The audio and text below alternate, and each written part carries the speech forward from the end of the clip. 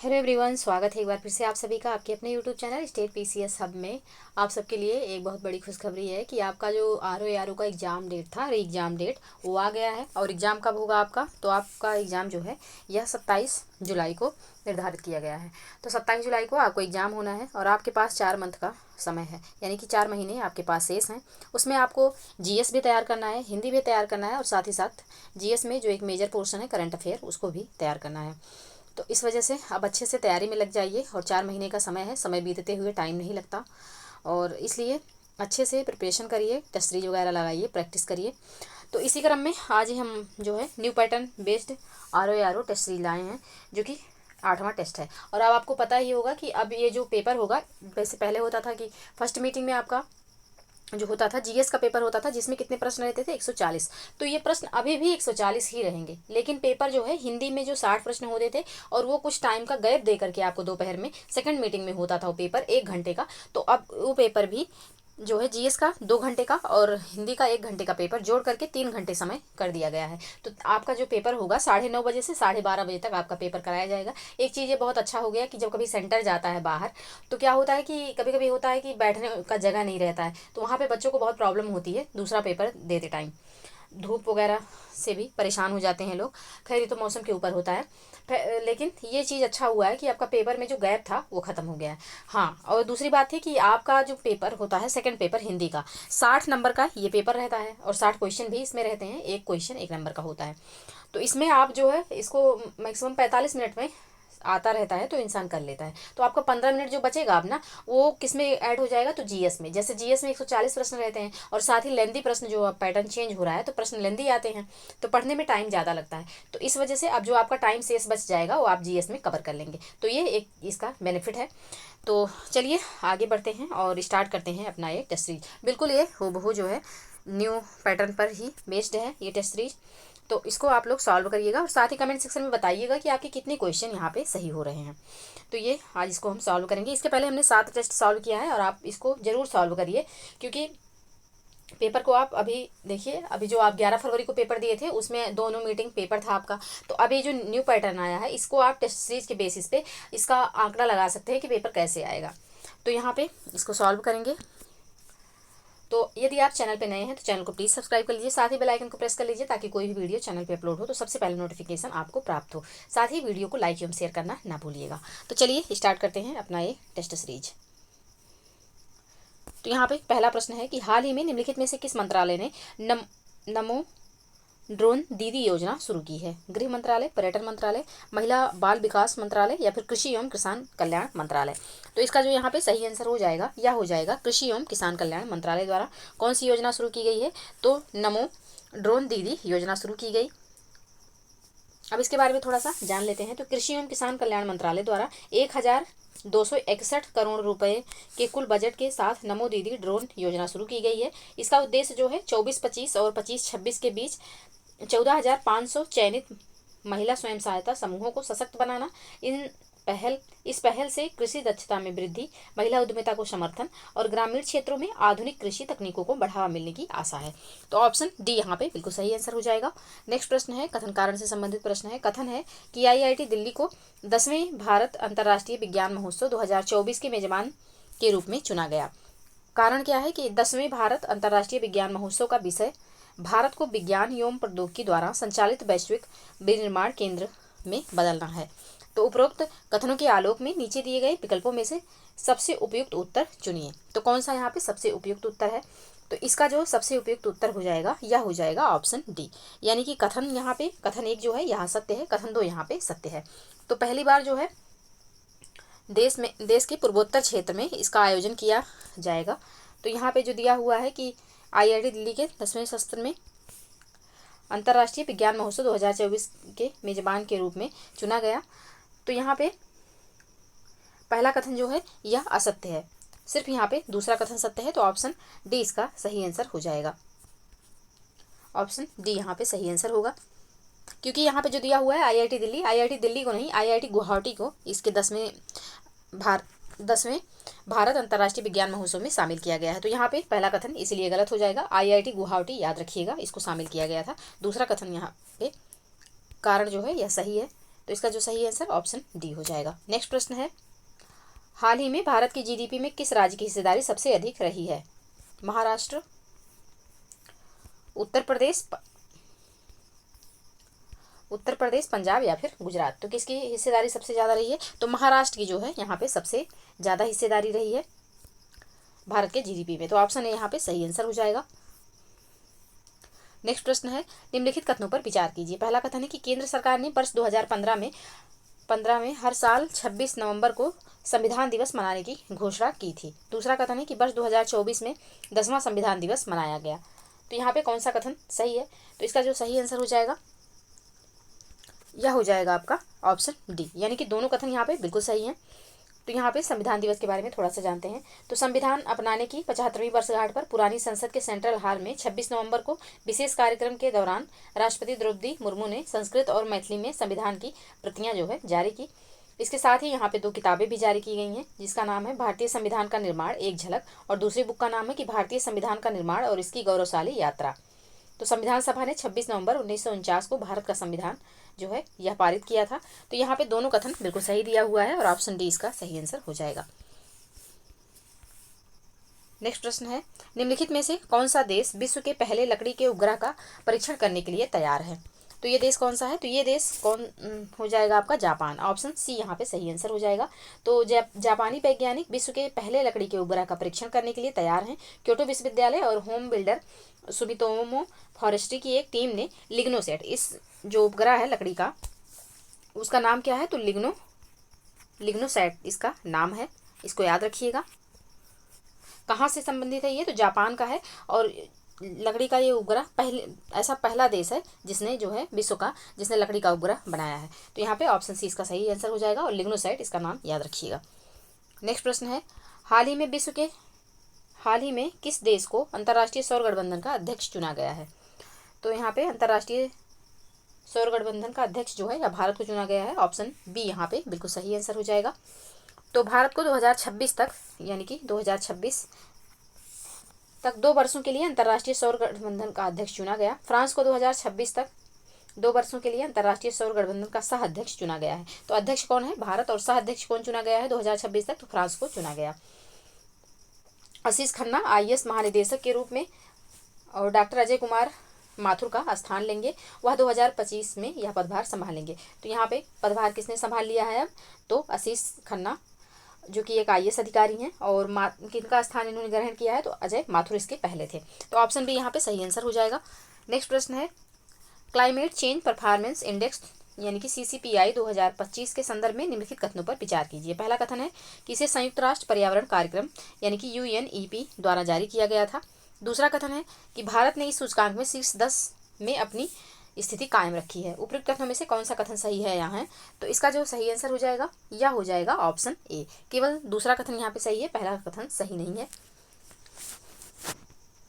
तो option A यहाँ पे सही आंसर हो जाएगा। यहाँ पे दिया हुआ है कि यह रिपोर्ट जो है संयुक्त राष्ट्र पर्यावरण कार्यक्रम के द्वारा जारी किया जाता है। ये गलत है, क्योंकि यह रिपोर्ट जो है यह German watch, new climate institute और क्लाइमेट एक्शन नेटवर्क इंटरनेशनल द्वारा प्रकाशित की जाती है। तो यहाँ पे पहला कथन गलत है, सिर्फ दूसरा सही है। तो इसमें ऑप्शन ए इसका सही आंसर हो जाएगा। नेक्स्ट प्रश्न है, हाल ही में अमेरिका में 47वें राष्ट्रपति के रूप में किसने जीत दर्ज की है? तो याद रखिएगा कौन से क्रम के हैं ये? तो 47वें क्रम के राष्ट्रपति हैं। तो ये डोनाल्ड ट्रंप हो जाएंगे। ऑप्शन बी यहाँ पे सही आंसर होगा। नेक्स्ट प्रश्न है, हाल ही में किस देश ने 16 साल से कम उम्र के बच्चों के लिए सोशल मीडिया पर प्रतिबंध लगाने का प्रस्ताव रखा है? तो ये किस देश के द्वारा किया गया? तो ये जो है ये ऑस्ट्रेलिया के द्वारा किया गया है। ऑप्शन यहाँ पे सही आंसर हो जाएगा। तो प्रधानमंत्री एंथनी अल्बानीज ने कहा कि ऑस्ट्रेलिया सरकार 16 वर्ष के से कम आयु के बच्चों के लिए सोशल मीडिया तक पहुंच को प्रतिबंधित करने के लिए कानून पेश करेगी। सरकार इसे उपायों का विश्व अग्रणी पैकेज बता रही है, जो अगले वर्ष के अंत तक कानून बन सकता है। तो ऑप्शन ए यहाँ पे बिल्कुल सही आंसर हो जाएगा। नेक्स्ट प्रश्न है, कथन कारण से। कथन एक है कि Miss Universe 2024 beauty pageant Brazil में आयोजित किया गया था। कारण है कि मेक्सिको की विक्टोरिया केजर ने मिस यूनिवर्स 2024 का खिताब जीता। अब उपयुक्त कथनों के आलोक में नीचे दिए गए विकल्पों में से उपयुक्त आंसर का यहाँ पे चयन करना है। तो इसका जो सही आंसर हो जाएगा यह हो जाएगा ऑप्शन ए, यानी कि कथन एक और का कथन दो दोनों असत्य हैं। तो ऑप्शन ए यहाँ पे सही आंसर हो जाएगा, क्योंकि यहाँ पे दिया हुआ है पहले कथन में कि Miss Universe 2024 beauty pageant Brazil में आयोजित किया गया था। तो डेनमार्क की कंटेस्टेंट ये जो है ब्राज़ील में आयोजित ना करके ये कहाँ पे आयोजित हुआ था, तो ये मैक्सिको में आयोजित हुआ था। मैक्सिको में, जो कि नॉर्थ अमेरिका का एक देश है, मैक्सिको में इसको आयोजित किया गया था। तो पहला कथन गलत हो जाएगा। और साथ ही दूसरा कथन दिया हुआ है कि मैक्सिको की विक्टोरिया केजर ने मिस यूनिवर्स 2024 का खिताब जीता। ये भी कथन यहाँ पे गलत हो जाएगा। जो विक्टोरिया केजर थी जिन्होंने मिस यूनिवर्स का खिताब जीता था वो मैक्सिको की ना होकर के डेनमार्क की थी। तो यहाँ पे दोनों कथन गलत हैं। तो ऑप्शन ए इसका सही आंसर हो जाएगा। नेक्स्ट प्रश्न है, निम्नलिखित में से कौन सा राज्य सेमीकंडक्टर नीति लागू करने वाला भारत का पहला राज्य बन गया? इंपॉर्टेंट क्वेश्चन है। तो भारत का पहला राज्य कौन सा है जो कि जिन्होंने जो है सेमीकंडक्टर नीति अपने यहाँ लागू कर दी है? तो ये राज्य हो जाएगा आपका गुजरात। ऑप्शन डी यहाँ पे सही आंसर हो जाएगा। नेक्स्ट प्रश्न है, 43वें अंतर्राष्ट्रीय व्यापार मेले के संदर्भ में निम्नलिखित कथनों पर विचार कीजिए। पहला कथन है कि इस आयोजन का फोकस राज्य उत्तर प्रदेश है। दूसरा है कि इस वर्ष के मेले का विषय 2047 में विकसित भारत है। उपरोक्त में से कौन सा कथन सही है यहाँ? तो इसका जो सही आंसर हो जाएगा यह हो जाएगा ऑप्शन सी। केवल दूसरा कथन सही है, पहला कथन यहाँ पे सही नहीं है। ऑप्शन सी यहाँ पे सही आंसर होगा। तो यहाँ पे फोकस राज्य के बारे में दिया हुआ है। तो यहाँ पे फोकस राज्य जो है झारखंड था, ना कि उत्तर प्रदेश। तो याद रखिएगा, इसका जो यहाँ पे फोकस राज्य हो जाएगा कौन सा राज्य होगा? तो ये हो जाएगा झारखंड, उत्तर प्रदेश नहीं है। तो पहला कथन गलत हो जाएगा, सिर्फ दूसरा सही है। तो यहाँ पे ऑप्शन सी इसका सही आंसर होगा। नेक्स्ट प्रश्न है, हाल ही में निम्नलिखित में से किस स्थान पर पहली डिजिटल जनसंख्या घड़ी का उद्घाटन किया गया? तो इस जनसंख्या घड़ी का उद्घाटन बेंगलुरु में किया गया। ऑप्शन ए यहाँ पे सही आंसर होगा। बेंगलुरु में डिजिटल जनसंख्या घड़ी का उद्घाटन 8 नवंबर को सामाजिक और आर्थिक परिवर्तन संस्थान में किया गया। इसमें कर्नाटक की जनसंख्या हर मिनट 10 सेकेंड की, हर मिनट जो है 10 सेकेंड में, भारत की हर 2 सेकेंड वास्तविक समय अपडेट यहाँ पे किया जाता है। तो ऑप्शन ए इसका सही आंसर हो जाएगा। नेक्स्ट प्रश्न है, निम्नलिखित कथनों पर विचार कीजिए। पहला कथन है कि हाल ही में रक्षा अंतरिक्ष एजेंसी का पहला अंतरिक्ष अभ्यास 2024 पुणे महाराष्ट्र में संपन्न हुआ। दूसरा कथन यहाँ पे क्या है? तो दूसरा कथन है कि रक्षा अंतरिक्ष एजेंसी भारतीय सशस्त्र बलों की एक एकीकृत सेवा एजेंसी है जिसका मुख्यालय नई दिल्ली में है। अब उपरोक्त कथनों में से कौन सा सही है यहाँ? तो यहाँ पे इसका जो सही आंसर हो जाएगा यह हो जाएगा ऑप्शन ए। दोनों में से कोई भी यहाँ पे सही नहीं है। ऑप्शन ए इसका सही आंसर हो जाएगा, क्योंकि रक्षा अंतरिक्ष एजेंसी, जिसको डीएसए कहा जाता है, का पहला अंतरिक्ष अभ्यास 2024 नई दिल्ली में शुरू हुआ। तो यहाँ पे पुणे दिया हुआ है, तो जो कि गलत हो जाएगा, नई दिल्ली में ये शुरू हुआ है। साथ ही यहाँ पे जो दूसरा कथन दिया हुआ है इसको देखते हैं। तो यहाँ पे है कि इसका उद्देश्य अंतरिक्ष आधारित परिसंपत्तियों और सेवाओं की समझ बढ़ाना है। डीएसए भारतीय सशस्त्र बलों की एक एकीकृत सेवा एजेंसी जिसका मुख्यालय बेंगलुरु में है। तो यहाँ मुख्यालय देखिए दिल्ली दिया हुआ है, तो ये दूसरा कथन भी गलत हो जाएगा, क्योंकि मुख्यालय इसका कहाँ पे है? तो इसका जो मुख्यालय है या बेंगलुरु में स्थित है। तो दूसरा कथन भी यहाँ गलत हो जाएगा। तो ऑप्शन ए इसका सही आंसर होगा। नेक्स्ट प्रश्न है, हाल ही में भारत के 51वें मुख्य न्यायाधीश के रूप में किसने शपथ ली? तो यहाँ पे शपथ जो ग्रहण किया गया है यह ग्रहण किया गया है जस्टिस संजीव खन्ना जी के द्वारा। ऑप्शन डी यहाँ पे सही आंसर हो जाएगा। याद रखिएगा कौन से क्रम के हैं? तो ये 91वें नंबर के हैं। इनके पहले जो डीवाई चंद्रचूड़ थे वह किस क्रम के थे? तो 50वें नंबर के थे। तो ऑप्शन डी यहाँ पे सही आंसर हो जाएगा। नेक्स्ट प्रश्न है, निम्नलिखित कथनों पर विचार कीजिए। पहला कथन है कि हाल ही में चर्चा में रही पुस्तक the satanic versus Salman Rushdie द्वारा लिखी गई थी। दूसरा कथन है संयुक्त सैन्य अभ्यास आष्ट्रा हिंद का तीसरा संस्करण महाराष्ट्र के पुणे में विदेशी प्रशिक्षण नोड में संपन्न हुआ था। अब यहाँ पे उपयुक्त कथनों में से कौन सा कथन सही है यहाँ? तो इसका जो सही आंसर हो जाएगा यह हो जाएगा ऑप्शन डी, यानी कि दोनों कथन यहाँ पे बिल्कुल सही हैं। ऑप्शन डी इसका सही आंसर होगा। नेक्स्ट प्रश्न है, हाल ही में उत्तर प्रदेश के किस शहर में राज्य की पहली डबल डेकर इलेक्ट्रिक बस सेवा का शुभारंभ किया गया? तो यहाँ पे जो किया गया यह किया गया लखनऊ में। ऑप्शन बी यहाँ पे सही आंसर होगा। नेक्स्ट प्रश्न है, निम्नलिखित कथनों पर विचार करना है। पहला है कि हाल ही में केंद्र सरकार ने क्षेत्रीय ग्रामीण बैंकों के विलय के चौथे चरण की शुरुआत की। दूसरा कथन है कि क्षेत्रीय ग्रामीण बैंकों के विलय की प्रक्रिया वित्त वर्ष 2004-05 में शुरू की गई थी। अब निम्नलिखित में से कौन सा कथन सही है यहाँ? तो यहाँ पे इसका जो सही आंसर हो जाएगा यह हो जाएगा ऑप्शन डी, यानी कि दोनों कथन यहाँ पे बिल्कुल सही हैं। ऑप्शन डी यहाँ पे सही आंसर हो जाएगा। नेक्स्ट प्रश्न है, हाल ही में प्रधानमंत्री नरेंद्र मोदी ने बिहार के किस शहर में एम्स की आधारशिला रखी? तो बिहार के किस शहर में एम्स की आधारशिला रखी गई है? तो एम्स की जो आधारशिला रखी गई है यह दरभंगा में रखी गई है। ऑप्शन ए इसका सही आंसर हो जाएगा। तो नरेंद्र मोदी ने बिहार के दरभंगा में एम्स की आधारशिला रखी। इसमें एक सुपर स्पेशलिटी अस्पताल, Ayush block, medical college, nursing college और आवासीय सुविधाएं शामिल होंगी। इसके साथ ही पीएम मोदी ने राज्य भर में 12,100 करोड़ रुपए की कई विकास परियोजनाओं की आधारशिला रखी। तो याद रखिएगा, प्रधानमंत्री नरेंद्र मोदी जी के द्वारा बिहार के किस शहर में एम्स की आधारशिला रखी गई? तो ये दरभंगा में रखी गई है। ऑप्शन है यहाँ पे बिल्कुल सही आंसर हो जाएगा। नेक्स्ट प्रश्न है, हाल ही में नवंबर 2024 की किस राज्य केंद्र शासित प्रदेश ने वायु प्रदूषण को नियंत्रित करने के लिए एंटी ओपन बर्निंग अभियान शुरू किया था? तो यहाँ पे एंटी ओपन बर्निंग अभियान जो शुरू किया गया था यह नई दिल्ली यानी कि दिल्ली के द्वारा शुरू किया गया था। ऑप्शन डी यहाँ पे सही आंसर हो जाएगा। इस अभियान के तहत जो है खुले में कचरा जलाने की घटनाओं का जो है निगरानी किया जाता था। तो ऑप्शन डी सही आंसर होगा। नेक्स्ट प्रश्न है, हाल ही में शिगेरू इशिबा किस देश के प्रधानमंत्री नियुक्त हुए हैं? तो ये प्रधानमंत्री नियुक्त किए गए हैं कहाँ के? तो ये जापान के नियुक्त किए गए हैं। ऑप्शन सी यहाँ पे सही आंसर होगा।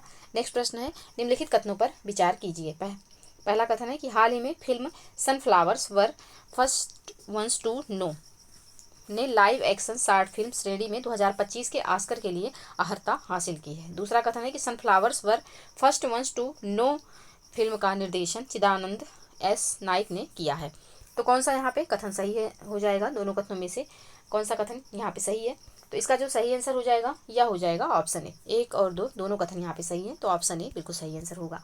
नेक्स्ट प्रश्न है, हाल ही में गरुड़ शक्ति एक्सरसाइज का आयोजन भारत और किस देश के बीच आयोजित किया गया है? तो गरुड़ शक्ति एक्सरसाइज का आयोजन जो है भारत और इंडोनेशिया के बीच में होता है। ऑप्शन डी यहाँ पे सही आंसर हो जाएगा। तो गरुड़ शक्ति जो सैन्य अभ्यास है यह भारतीय सेना और इंडोनेशियाई सेना के बीच एक संयुक्त विशेष बल अभ्यास है।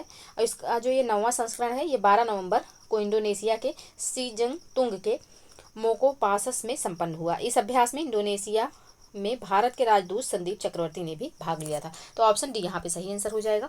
नेक्स्ट प्रश्न है, निम्नलिखित कथनों पर विचार कीजिए। पहला कथन है कि हाल ही में जैव विविधता संधि में शामिल विभिन्न देशों की 16वीं बैठक कोलंबिया में संपन्न हुई थी। दूसरा कथन है कि जैव विविधता संधि वर्ष 1993 में लागू हुई थी। तो कौन सा कथन यहाँ पे सही है?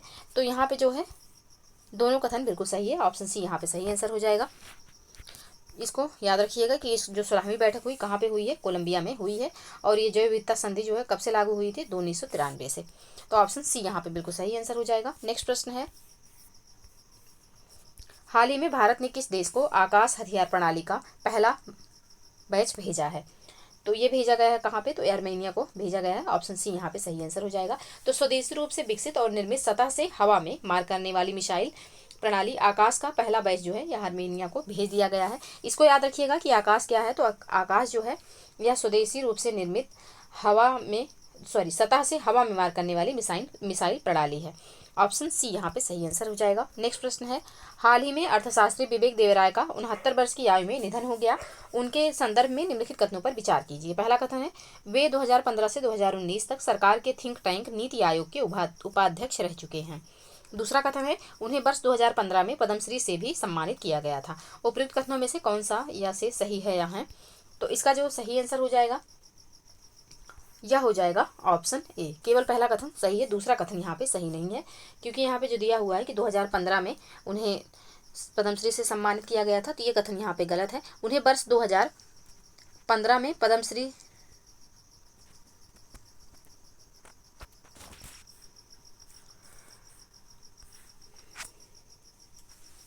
ये 2015 से 2019 तक सरकार के थिंक टैंक नीति के उपाध्यक्ष थे और साथ ही इन्हें 2015 में ही पद्मश्री से भी सम्मानित किया गया था। तो यहाँ पे पहला कथन नहीं, दोनों कथन यहाँ पे बिल्कुल सही हैं। तो ऑप्शन बी इसका सही आंसर हो जाएगा। नेक्स्ट प्रश्न है, हाल ही में निम्नलिखित में से किस देश ने प्रधानमंत्री मोदी को अपना सर्वोच्च राष्ट्रीय सम्मान देने की घोषणा की है? तो ये सम्मान जो है किस देश के द्वारा दिया जाएगा? तो ये दिया जाएगा डोमिनिका के द्वारा। ऑप्शन डी यहाँ पे सही आंसर हो जाएगा। तो डोमिनिका राष्ट्रमंडल ने घोषणा की है कि वह भारतीय प्रधानमंत्री नरेंद्र मोदी को अपना सर्वोच्च राष्ट्रीय पुरस्कार डोमिनिका अवार्ड ऑफ ऑनर प्रदान करेगा। यह पुरस्कार राष्ट्र के प्रति उनके योगदान, विशेषकर कोविड-19 महामारी के दौरान तथा भारत और डोमिनिका के बीच संबंधों को मजबूत करने में उनकी भूमिका के लिए दिया जाएगा। तो ऑप्शन डी यहाँ पे सही आंसर हो जाएगा। नेक्स्ट प्रश्न है, हाल ही में किसने व्हाई भारत मैटर्स नामक पुस्तक का विमोचन किया है? तो व्हाई वाई भारत मैटर्स नामक पुस्तक का विमोचन डॉक्टर एस जयशंकर ने किया है। ऑप्शन ए यहाँ पे सही आंसर हो जाएगा। तो विदेश मंत्री डॉक्टर एस जयशंकर ने नई दिल्ली में एक कार्यक्रम में अपनी नई किताब वाई भारत मैटर्स का विमोचन किया। यह पुस्तक पीएम मोदी के तहत पिछले एक दशक में विदेश नीति में भारत के परिवर्तन की जांच करती है। और ये प्रश्न है वाई भारत मैटर्स, ये इस प्रश्न को जो है यूपीएससी 2024 प्रीलिम्स में पूछा गया था। तो ऑप्शन ए यहाँ पे सही आंसर हो जाएगा। नेक्स्ट प्रश्न है, निम्नलिखित कथनों पर विचार कीजिए। पहला कथन है लोदी वंश के शासक अफगानी थे। दूसरा कथन है लोदी वंश के शासकों ने सल्तनत को संगठित किया। तीसरा कथन है कि लोदियों का जौनपुर के साथ संघर्ष चलता रहा। और चौथा कथन है कि लोदी शासकों ने कश्मीर को अपने साम्राज्य में मिला लिया था। तो कौन सा कथन यहाँ पे सत्य है? तो इसका जो सही आंसर हो जाएगा यह हो जाएगा ऑप्शन ए, यानी कि पहला, दूसरा एवं तीसरा कथन यहाँ पे बिल्कुल सही है, लेकिन चौथा कथन यहाँ पे सही नहीं है। तो ऑप्शन ए यहाँ पे सही आंसर हो जाएगा। अब चौथा कथन यहाँ पे असत्य क्यों है?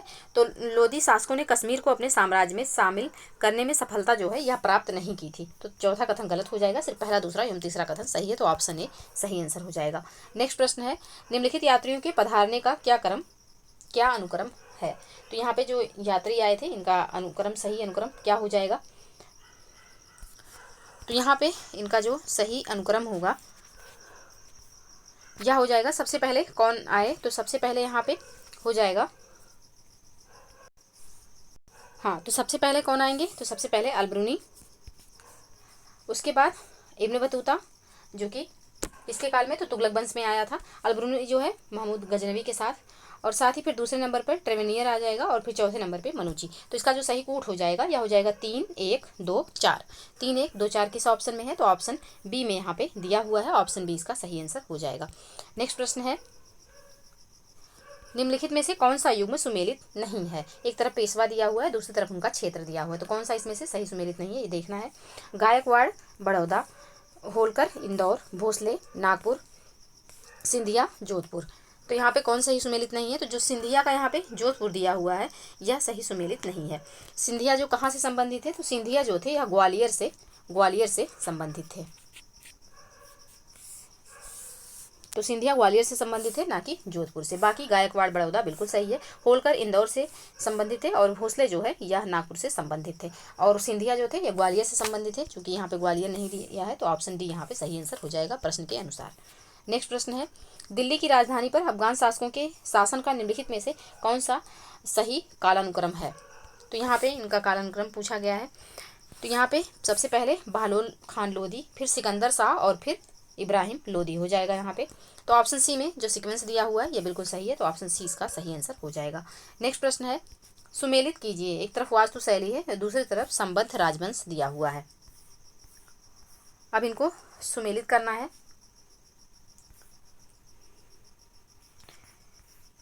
तो यहाँ पे पहला जो दिया हुआ है मेहराब की निचली सतह पर कमल कली की झालर, ये किसकी विशेषता थी? तो ये विशेषता जो थी यह खिलजी वंश की विशेषता थी। खिलजी वंश की ये विशेषता थी। और साथ ही यहाँ पे नीचे दिया हुआ है अष्टभुजीय मकबरों का उदय, ये किस राजवंश की विशेषता थी? कला की विशेषता थी। तो ये तुगलकों की विशेषता थी। और एक विशेषता और थी तुगलक काल की कि इसमें ढालू दीवार बनाई जाती थी। और साथ ही स्तंभों में बोधिगोई का प्रयोग किस राजवंश में किया गया? तो ये किया गया विजयनगर साम्राज्य में। और झुकी हुई दीवारों के साथ विशाल मुख्य द्वार, तो झुकी हुई दीवारों के साथ विशाल मुख्य द्वार जो है यह किसकी विशेषता थी? तो ये सरकी शासकों की विशेषता थी। सरकी शासक कहाँ से संबंधित थे? तो जौनपुर से संबंधित थे। तो यहाँ पे इसका जो सही सीक्वेंस हो जाएगा यह हो जाएगा ए का तीसरा हो जाएगा, यानी कि मेहराब की निचली सतह पर कमल कली की झालर खिलजी, यानी कि ए का यहाँ पे तीसरा हो जाएगा। और बी का हो जाएगा चौथा, अष्टभुजीय मकबरों का उदय चौथा हो जाएगा। और स्तंभों में बोधिगोई का प्रयोग विजयनगर दूसरा हो जाएगा। झुकी हुई दीवारों के साथ विशाल मुख्य द्वार, तो ये सरकी शासकों का हो जाएगा। तो यहाँ पे ऊपर नीचे होने की वजह से ये सीक्वेंस थोड़ा सा गड़बड़ा है, लेकिन यहाँ पे ऑप्शन ए इसका सही आंसर हो जाएगा, यानी कि 3 4 2 1 इसका सही कूट होगा। नेक्स्ट प्रश्न है प्राचीन भारत में हुए सामाजिक परिवर्तनों के अनुक्रम के संबंध में कौन सा कथन सत्य नहीं है? गाय की रक्षा के कारण राजा गोपति कहलाता था, बिल्कुल सही है। बेटी को दुर्हित भी कहा जाता था, बिल्कुल सही है। बैल को ग्वाल कहा जाता था, ये गलत है। और उपयुक्त में से कोई नहीं। तो यहाँ पे कौन सा कथन गलत हो जाएगा? तो ऑप्शन सी इसका सही आंसर होगा। बाकी ये दोनों कथन बिल्कुल सही दिए हुए हैं। नेक्स्ट प्रश्न है, यहाँ पे सूची 1 को सूची 2 से सुमेलित करना है। एक तरफ यहाँ पे दरबारी कवि दिए हुए हैं और दूसरी तरफ राजा दिया हुआ है कि किस राजा से ये संबंधित थे। तो अमीर खुसरो जो है यह अलाउद्दीन खिलजी, मेनली जो है अलाउद्दीन खिलजी के दरबार से संबंधित थे, अलाउद्दीन खिलजी। और यहाँ पे फिर कालिदास, तो कालिदास जो थे यह किस राजा के दरबारी कवि थे? तो ये थे चंद्रगुप्त द्वितीय के। चंद्रगुप्त द्वितीय यानी कि पहला हो जाएगा, बी का हो जाएगा पहला। हरिशेन जो थे यह किससे संबंधित थे? तो ये समुद्रगुप्त से संबंधित थे, सी का दूसरा हो जाएगा। बाणभट्ट जो थे यह हर्षवर्धन से संबंधित थे। और यहाँ पे जो नीचे दिया हुआ है अमीर खुसरो, तो ये हो जाएंगे अलाउद्दीन खिलजी से। तो इसका जो सही सीक्वेंस हो जाएगा यह होगा 4 1 2 3, 4 1 2 3 ऑप्शन बी में है। तो ऑप्शन बी यहाँ पे सही आंसर हो जाएगा। नेक्स्ट प्रश्न है, बुलंद दरवाजा के संबंध में निम्नलिखित में से कौन सा कथन सत्य नहीं है? तो बुलंद दरवाजा के बारे में यहाँ पे कुछ कथन दिया हुआ है। पहला कथन है कि यह फतेहपुर सीकरी में स्थित है, बिल्कुल सही है। इसका निर्माण अकबर की गुजरात विजय के उपलब्ध में कराया गया था, ये भी कथन यहाँ पे सही है। और साथ ही यह अंतर गुंबदीय शैली में बना हुआ है, ये भी कथन सही है। यह तुर्की कला से प्रभावित है, ये कथन यहाँ पे गलत है। ये तुर्की कला से प्रभावित नहीं है, ईरानी शैली से ये प्रभावित कला है। तो यहाँ पे ऑप्शन डी इसका सही आंसर हो जाएगा। बाकी तीनों कथन सही हैं। नेक्स्ट है, यहाँ पे सुमेलित करना है। अशोक का जो यहाँ पे विरुद्ध यानी कि जो ये लोग उपाधि धारण करते थे, तो अशोक को प्रियदर्शन कहा जाता था। समुद्रगुप्त जो है यह हो जाएंगे प्रक्रमांक। और चंद्रगुप्त तो ये हो जाएंगे विक्रमादित्य। और स्कंदगुप्त तो ये हो जाएंगे कर्मादित्य। तो यहाँ पे जो इसका सही सीक्वेंस होगा यह होगा 2 1 4 3। 2 1 4 3 किस ऑप्शन में है? तो 2 1 4 3 ऑप्शन सी में है और ऑप्शन सी इसका सही आंसर हो जाएगा। नेक्स्ट प्रश्न है, सूची 1 को सूची 2 से सुमेलित करना है। एक तरफ विदेशी यात्री हैं और दूसरी तरफ इनके शासक दिए हुए हैं। तो निकोलो डी कोंटी किसके शासनकाल में आया था? तो ये आया था देवराय प्रथम के शासनकाल में। दूसरा अब्दुल रज्जाक, तो ये आया था किसके काल में? तो ये देवराय प्रथम के शासनकाल में आया था। एडवर्ड बारबोसा ये किसके शासनकाल में आया था? तो ये कृष्णदेव राय के शासनकाल में आया था। और कर्नाडिस नूरी जो है यह किसके शासनकाल में? तो ये अच्युत देव राय के शासनकाल में आया था। तो इसका जो सही सीक्वेंस हो जाएगा 1 2 3 4 हो जाएगा, जो कि ऑप्शन ए में है। तो यही इसका सही आंसर होगा। नेक्स्ट प्रश्न है, भारत पर अरब आक्रमण के संबंध में कौन सा कथन सत्य नहीं है? पहला कथन है कि अरबों ने सर्वप्रथम सिंध पर आक्रमण किया, तो ये कथन यहाँ पे बिल्कुल सही है। सिंध भारत का पश्चिमोत्तर प्रांत था, ये भी कथन सही है। भारत पर पहला अरब आक्रमण 1712 में हुआ था, ये भी कथन यहाँ पे बिल्कुल सही है। ऑप्शन डी में जो यहाँ पे दिया हुआ है कि अरब सिंध को जीतने में सफल रहे, ये कथन यहाँ पे सही नहीं है। तो ऑप्शन डी यहाँ पे सही आंसर हो जाएगा। अरब जो थे यह सिंध को जीतने में सफल नहीं हुए थे, तो इसका जो सही आंसर हो जाएगा यह हो जाएगा ऑप्शन डी। बाकी तीनों कथन बिल्कुल सही हैं। अब यहाँ पे सुमेलित करना है। एक तरफ राजा है, दूसरी तरफ राज्य दिया हुआ है, इनको सुमेलित करना है। तो प्रदोत जो है यह किस राज्य से संबंधित है? तो ये अवंती से संबंधित थे। उदयन किस राज्य से संबंधित है? तो उदयन हो जाएंगे वत्स से। और प्रसेनजीत तो ये हो जाएंगे कौशल से। और अजातशत्रु तो ये हो जाएंगे मगध से। तो इसका जो सही सीक्वेंस हो जाएगा यह हो जाएगा 3 2 4 1। 3 2 4 1 ऑप्शन सी में है, तो ऑप्शन सी यहाँ पे सही आंसर होगा।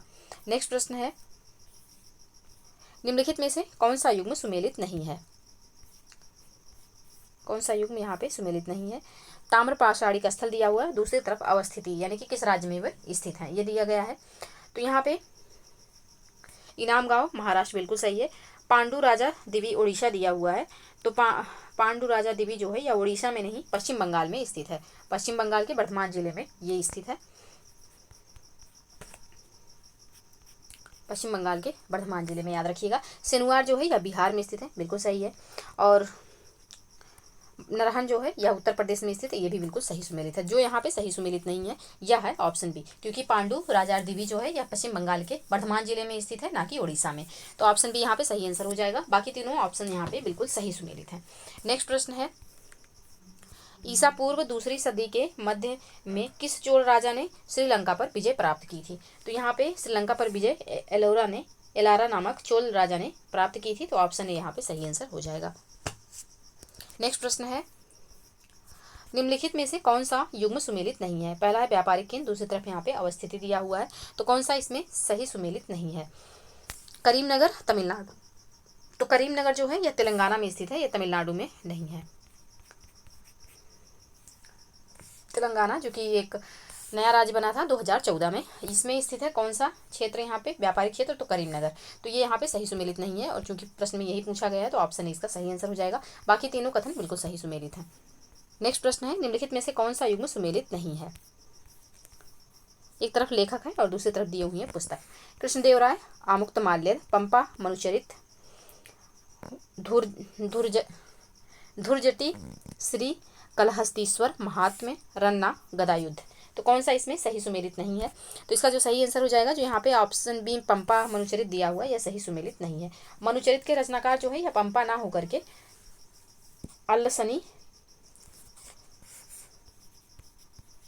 अल्लसनी नामक लेखक थे। तो यहाँ पे ऑप्शन बी इसका सही आंसर हो जाएगा। बाकी सब यहाँ पे सही सुमेलित हैं। नेक्स्ट प्रश्न है, यहाँ पे सुमेलित करना है सूची 1 को सूची 2 से। पानीपत का तृतीय युद्ध। तो पानीपत का तृतीय युद्ध कब हुआ? तो 1761 में हुआ था। अफगानों एवं मराठों के बीच में ये लड़ा गया था। तो ये का यहाँ पे हो जाएगा दूसरा। हल्दी घाटी का युद्ध, तो ये हुआ था 1576 में, अकबर और किसके बीच में? तो ये हुआ था अकबर और महाराणा प्रताप के बीच में हल्दी घाटी का युद्ध। तराइन का द्वितीय युद्ध, तो ये हुआ था 1192 में, किसके बीच में? तो गोरी और पृथ्वीराज चौहान के बीच में। असीरगढ़ का युद्ध, तो ये हुआ था कब? तो ये हुआ 1601 ईस्वी में। अकबर ने किसको पराजित किया था? तो मीरन बहादुर को यहाँ पे पराजित किया था। तो इसका जो सही सीक्वेंस होगा यह क्या हो जाएगा? तो यह हो जाएगा 2 3 4 1, 2 3 4 1, ऑप्शन सी में है, तो ऑप्शन सी सही आंसर। नेक्स्ट प्रश्न है, निम्न को सही कालक्रम में व्यवस्थित कीजिए। लॉर्ड कर्जन, यहाँ पे इनका कालक्रम दिया हुआ है। तो इनका कालक्रम क्या था? तो 1899 से 1905 में इन्होंने अपना कार्यकाल निभाया था, 1905 तक। और दूसरे यहाँ पे लॉर्ड हार्डिंग। तो लॉर्ड हार्डिंग जो है, इन्होंने इनका कार्यकाल कब से कब तक था? तो 1910 से और 1916 के बीच में इसका कार्यकाल था। और लॉर्ड चेम्सफोर्ड, इनका कार्यकाल कब से कब तक था? तो 1916 से 1921 तक। 1916 से 21 तक इनका कार्यकाल था। लॉर्ड इरविन का कार्यकाल कब से कब तक? तो इनका जो कार्यकाल था 1926 से 1931 था। 1926 से 31 था। तो यहाँ पे इनका जो क्रम हो जाएगा क्या हो जाएगा? 1 2 3 4 एकदम सीक्वेंस से दिया हुआ है। तो ऑप्शन ए यहाँ पे बिल्कुल सही आंसर हो जाएगा।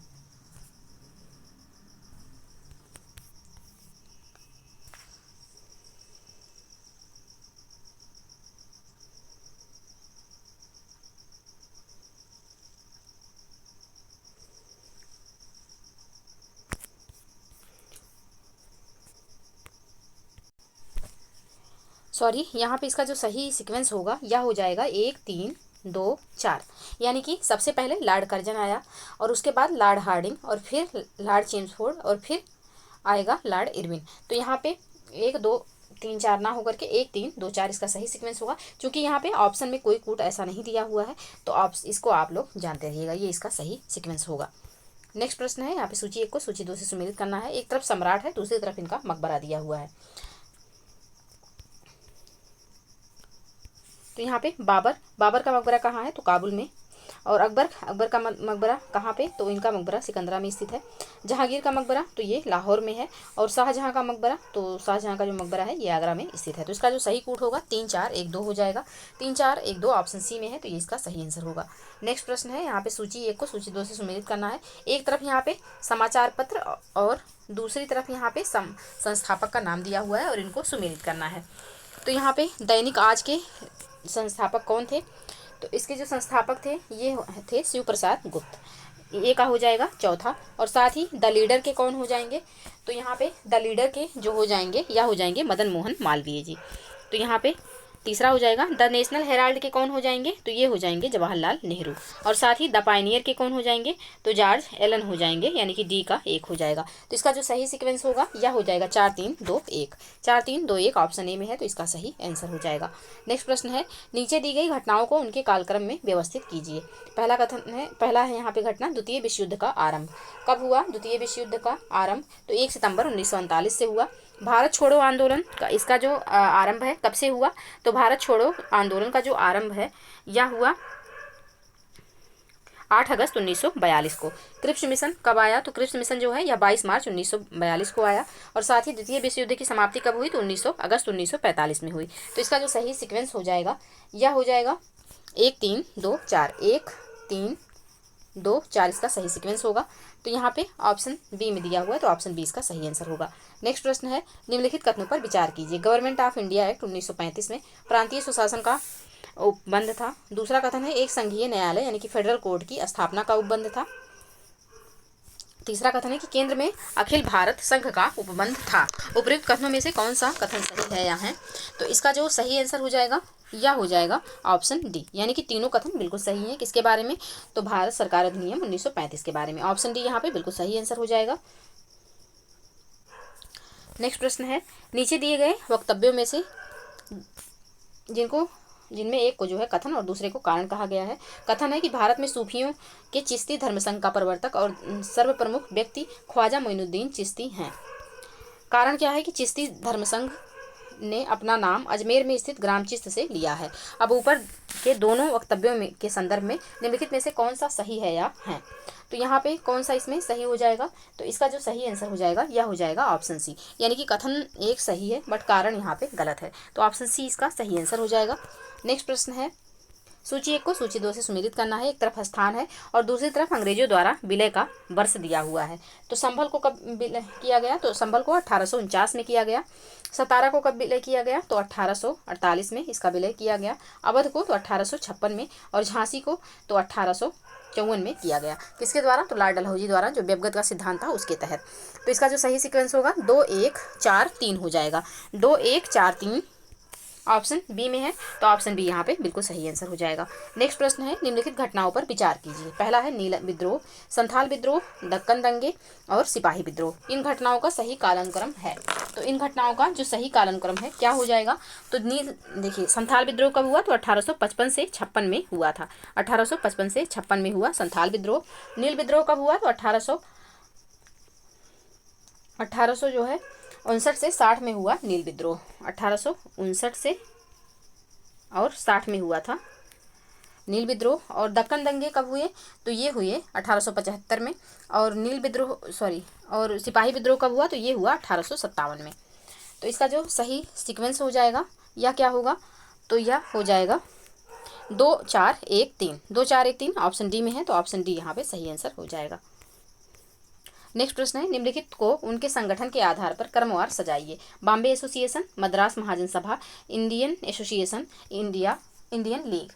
तो इनके जो है संगठन के आधार पर कब इनका संगठन हुआ, तो बॉम्बे एसोसिएशन का जो संगठन हुआ था अगस्त 1952 में हुआ था। अगस्त 1852 में हुआ था। 1852 में। मद्रास महाजन सभा की स्थापना कब हुई, तो मई 1884 में हुई थी इसकी स्थापना। और इंडियन एसोसिएशन की स्थापना कब हुई, तो ये जुलाई 1876 में हुई थी इसकी स्थापना, जुलाई 1876 में। साथ ही इंडियन लीग की स्थापना, तो इंडियन लीग की स्थापना सितंबर 1875 में हुई थी, 1875 में। तो इसका जो सही क्रम बन जाएगा यह हो जाएगा, सबसे पहले बॉम्बे एसोसिएशन की स्थापना हुई, फिर स्थापना होगी इंडियन लीग की, यानी कि पहले 1 होगा, फिर 4 होगा, और फिर आ जाएगा आपका इंडियन एसोसिएशन यानी कि तीसरा, और फिर आ जाएगा सबसे लास्ट में मद्रास महाजन सभा जिसकी स्थापना 1884 में हुई। तो 1 4 3 2 इसका सही सीक्वेंस हो जाएगा। 1 4 3 2 ऑप्शन डी में है, तो ऑप्शन डी इसका सही सीक्वेंस हो जाएगा। नेक्स्ट प्रश्न है कांग्रेस ने खिलाफत आंदोलन का समर्थन किया मुख्यतः। पहला है कि खलीफा की पुनः स्थापना के लिए, दूसरा है कि खलीफा को हटाने के लिए, तीसरा है कि मुसलमानों की सहानुभूति प्राप्त करने के लिए, और चौथा कथन है कि कांग्रेस में जिन्ना को हाशिए पर लाने के लिए। तो यहाँ पे कांग्रेस ने खिलाफत आंदोलन का समर्थन क्यों किया था, इसका क्या क्या रीजन था। तो यहाँ पे पहला एवं तीसरा रीजन दिया हुआ है कि खलीफा की पुनर्स्थापना और साथ ही मुसलमान की सहानुभूति जो है प्राप्त करने के लिए, मुसलमानों की सहानुभूति प्राप्त करने के लिए। तो पहला एवं तीसरा कथन यहाँ पे बिल्कुल सही है, बाकी दूसरा एवं चौथा कथन यहाँ पे सही नहीं है। तो ऑप्शन ए इसका सही आंसर हो जाएगा। नेक्स्ट प्रश्न है, पश्चिमी घाट को स्थानीय तौर पर अनेक नाम दिए गए हैं। पश्चिमी घाट के स्थानीय नाम के संदर्भ में कौन सा सुमेलित है या है। महाराष्ट्र सह्याद्री, कर्नाटक अन्नामलाई, केरल कार्डमम, तमिलनाडु नीलगिरी। तो यहाँ पे कौन सा जो है सही सुमेलित है, तो इसका जो सही आंसर होगा यह हो जाएगा ऑप्शन डी। यहाँ पे कर्नाटक में अन्नामलाई जो दिया हुआ है तो यही सही सुमेलित नहीं है, बाकी महाराष्ट्र में सह्याद्री बिल्कुल सही है, केरल में कार्डमम इलायची और तमिलनाडु में नीलगिरी। बाकी 1, 3, 4 यहाँ पे सही सुमेलित हैं, तो ऑप्शन डी यहाँ पे सही आंसर हो जाएगा। क्योंकि जो अन्नामलाई कहा जाता है, अन्नामलाई तो ये केरल में ही कहा जाता है, कर्नाटक में इसका नाम नहीं है, तो यहाँ पे दूसरा गलत हो जाएगा, सिर्फ पहला, तीसरा एवं चौथा सही है, तो ऑप्शन डी सही आंसर। नेक्स्ट प्रश्न है, जननांकीय लाभांश किसे निर्दिष्ट करता है। तो जननांकीय लाभांश जो है यह जनसंख्या लाभांश किसी जनसंख्या की तरुण आयु संरचना को दर्शाता है, यानी कि जो युवाओं की आयु होती है उस संरचना को क्या कहते हैं, तो जननांकीय लाभांश कहा जाता है। तो इसका जो सही आंसर हो जाएगा यह हो जाएगा ऑप्शन बी। किसी जनसंख्या की तरुण आयु की संरचना को क्या कहा जाता है, जनसांख्यिकीय लाभांश कहलाता है। ऑप्शन बी सही आंसर हो जाएगा। नेक्स्ट प्रश्न है, सूची 1 को सूची 2 से सुमेलित करना है। यहाँ पे तो तापी, यहाँ पे एक तरफ नदी दिया हुआ है, दूसरी तरफ उनका मूल स्थान और सहायक नदी दे दिया गया है,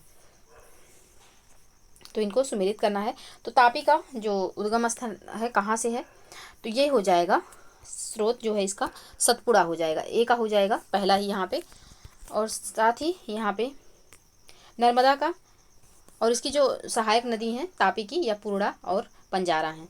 नर्मदा की सहायक नदी और उसका स्रोत क्या है, तो नर्मदा जो है यह अमरकंटक से निकलती है और सहायक नदी इसकी तवा है। गोदावरी, तो गोदावरी जो है यह नासिक के निकट से निकलती है, जिसकी सहायक नदी पेनगंगा और इंद्रावती हो जाएंगी। कृष्णा जो है इसका स्रोत कहाँ से है, तो महाबलेश्वर से है, और इसकी सहायक नदी कोयना, भीमा और तुंगभद्रा हो जाएंगी। तो यहाँ पे इसका जो सही मतलब सीक्वेंस हो जाएगा यह हो जाएगा 1, 4, 2, 3, ऑप्शन बी में है, तो ऑप्शन बी यहाँ पे सही आंसर होगा। नेक्स्ट प्रश्न है, भारत में 16 वन पाए जाते हैं, नीलगिरी पहाड़ियों पर, विंध्याचल पहाड़ियों पर, अन्नामलाई पहाड़ियों पर या फिर पालनी पहाड़ियों पर। तो भारत में 16 वन जो है कहाँ पाए जाते हैं, तो भारत में 16 वन जो है नीलगिरी पहाड़ियों पर, नीलगिरी पहाड़ियों पर, अन्नामलाई पहाड़ियों पर और पालनी पहाड़ियों पर। तो 1, 3 और 4 यहाँ पे सही आंसर इसका हो जाएगा, तो ऑप्शन डी यहाँ पे सही आंसर हो जाएगा। विंध्याचल पहाड़ियों पर 16 वन नहीं पाए जाते हैं, यहाँ पे उष्णकटिबंधीय आर्द्र पर्णपाती वन जो है विंध्याचल पहाड़ियों पर पाए जाएंगे, तो यहाँ पे ऑप्शन डी इसका सही आंसर हो जाएगा। नेक्स्ट है प्रश्न संख्या 60। यहाँ पे एक पवन के बारे में दिया हुआ है कि ये पवन तिब्बत के पठार के समानांतर हिमालय के उत्तर में एशिया महाद्वीप पर चलती है। तिब्बत की उच्च भूमि इन पवनों के प्रवाह के मार्ग में अवरोधक का काम करती है, जिसके परिणाम स्वरूप ये पवनें 2 भागों में बट जाती हैं। इसकी एक शाखा तिब्बत के पठार के उत्तर में तथा दूसरी शाखा हिमालय के दक्षिण में पूर्व की ओर बहती है। अब उपयुक्त विवरण संबंधित है, किससे संबंधित है, तो ये जो विवरण दिया हुआ है ये संबंधित है जेट प्रवाह से, जो जेट स्ट्रीम होती है उसके बारे में यहाँ पे ये विवरण दिया गया है, तो ऑप्शन इसका सही आंसर हो जाएगा। भारत में जो जेट धाराएं हैं यह ग्रीष्म ऋतु को छोड़कर पूरे वर्ष हिमालय के दक्षिण में पूर्व की ओर प्रवाहित होती रहती हैं, यानी कि हिमालय के ये दक्षिणी भाग में ही इधर भारत में ही स्थित रहती हैं और ये पश्चिम से पूर्व की ओर प्रवाहित होती हैं, तो ऑप्शन ए यहाँ पे सही आंसर हो जाएगा। नेक्स्ट प्रश्न है, यहाँ पे सूची 1 को सूची 2 से सुमेलित करना है।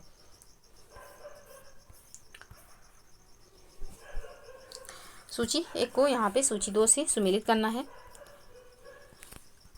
कौन सा यहाँ पे खनिज कहाँ प्राप्त होता है, तो आइए पहले सुमेलित करते हैं। जिप्सम, तो जिप्सम जो हो जाएगा यह राजस्थान, और ग्रेफाइट, तो ग्रेफाइट का हो जाएगा अरुणाचल प्रदेश। फ्लूओ स्पार जो है यह कहाँ पाया जाएगा, तो यह पाया जाएगा गुजरात में, और निकेल जो है यह पाया जाएगा उड़ीसा में। तो इसका जो सही सीक्वेंस होगा यह हो जाएगा 4, 3, 2, 1। 4, 3, 2, 1 किस ऑप्शन में है, तो 4, 3, 2, 1 ऑप्शन सी में है, तो ऑप्शन सी यहाँ पे सही आंसर हो जाएगा। नेक्स्ट प्रश्न है कि निम्नलिखित भारतीय राज्यों पर विचार कीजिए, बिहार, राजस्थान, मध्य प्रदेश, हरियाणा। भारत की कुल जनसंख्या 2011 में जनगणना के आधार पर का राज्यों की जनसंख्या के प्रतिशत के आधार पर उपयुक्त राज्यों का सही आरोही क्रम निम्नलिखित में से कौन सा होगा। तो यहाँ पे जनसंख्या के आधार पर इनको सीक्वेंस में लगाना है। तो इसका जो सही सीक्वेंस हो जाएगा यह हो जाएगा, सबसे पहले यहाँ पे आएगा मध्य प्रदेश, फिर हो जाएगा हरियाणा, और फिर राजस्थान, और फिर सबसे लास्ट में बिहार। तो इसका जो सही सीक्वेंस होगा यह हो जाएगा 3 4 2 1। ऑप्शन सी में है तो ऑप्शन सी यहाँ पे सही आंसर होगा। नेक्स्ट है यहाँ पे सुमेलित करना है जलोढ़ मृदा।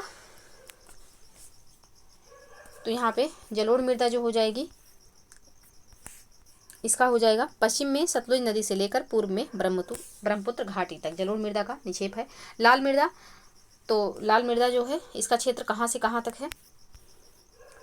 तो लाल मृदा का जो क्षेत्र हो जाएगा यह हो जाएगा, यानी क्या यहाँ पे जलोढ़ का एक का दूसरा हो जाएगा, बी का यहाँ पे पहला हो जाएगा कि ये मृदाएं जो है काली मृदा को दक्षिण पूर्व और उत्तर में घेरे हुए हैं। तो यहाँ पे बी का पहला हो जाएगा, और साथ ही यहाँ पे सी जो काली मृदा के बारे में दिया हुआ है तो सी का यहाँ पे हो जाएगा तीसरा, यानी कि इसमें तीव्र नमी धारण करने की क्षमता होती है, भीगने पर चिपचिपी और सूखने पर दरार युक्त हो जाती हैं, इसी मिट्टी को स्वतः जुताई वाला मृदा भी कहा जाता है काली मिट्टी को।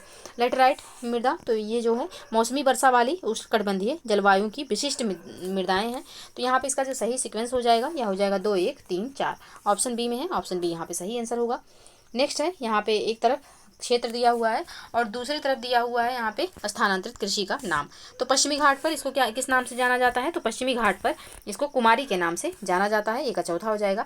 दक्षिणी पूर्वी राजस्थान में वालतरे नाम से जाना जाता है, और साथ ही उत्तर पूर्वी भारत में किस नाम से, तो उत्तर पूर्वी भारत में झूम के नाम से, और मध्य प्रदेश तथा छत्तीसगढ़ में किस नाम से, तो डाहिया के नाम से जाना जाएगा। तो इसका जो सही सिक्वेंस हो जाएगा यह हो जाएगा 4 2 3 1। 4 2 3 1 ऑप्शन ए में है, तो ऑप्शन ए यहाँ पे बिल्कुल सही आंसर हो जाएगा। नेक्स्ट प्रश्न है